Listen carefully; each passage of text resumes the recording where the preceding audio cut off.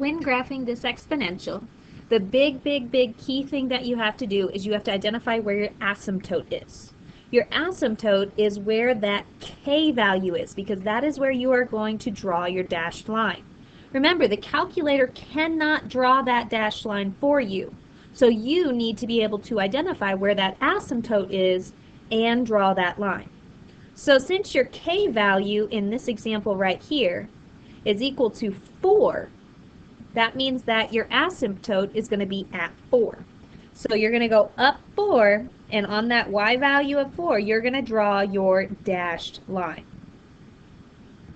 Now we also have to identify this as an equation for that asymptote. So down here where it says dr and A stands for asymptote. Since that is a horizontal line at 4, you would say y equals 4. And then now we're going to go ahead and plot some points. We plot some points by looking at our calculator. So now that we have our calculator out, we're going to go ahead and enter this equation into our y equals, so that way we can get points to graph on our graph.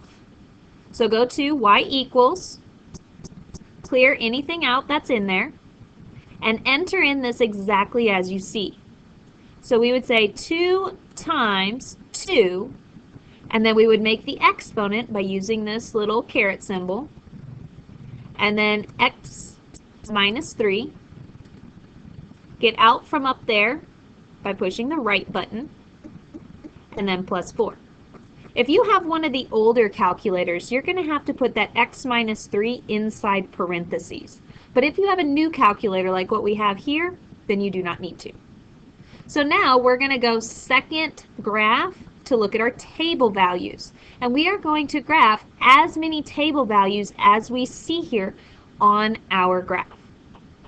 So see how we have 0 and 4.25 and 1 and 4.5, 2 and 5, and so forth and so forth. These are the points that I'm going to want to graph. Now, typically you do not want to graph these decimals. However, because these are nice, pretty decimals, we will want to graph them. But if we keep going up, see how they start getting uglier? We do not want to graph those. So we will just continue our graph by extending it. So I'm going to go ahead and start at that 0 and that 4.25 and go up from there. So I graph a point at 0, 4.25.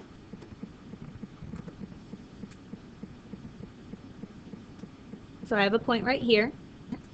Then I'm going to go 1 and 4.5,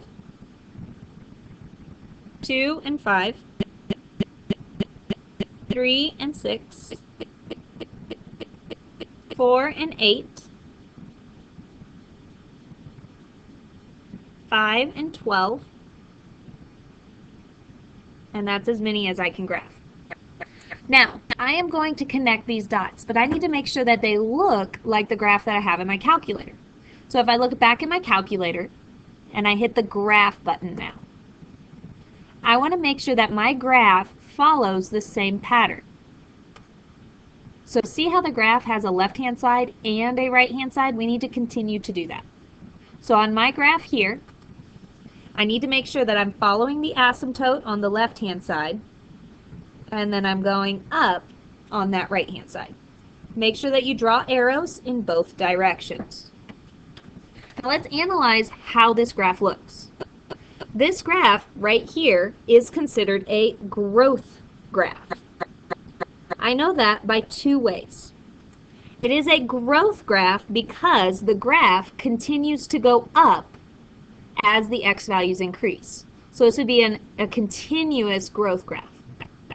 I also know it is a growth graph based on the b value. This b value is bigger than 1. It's a 2. So since that b value is bigger than 1, that means that it is a growth graph. My domain for any exponential, no matter what it is negative infinity to infinity. My range in this instance, the lowest that it can go is this asymptote. Now remember, we talked about it. Asymptotes are imaginary lines that the graph cannot touch. So it can get close to 4, but it can't touch 4. And then the graph is going up. So that means that it's going to positive infinity.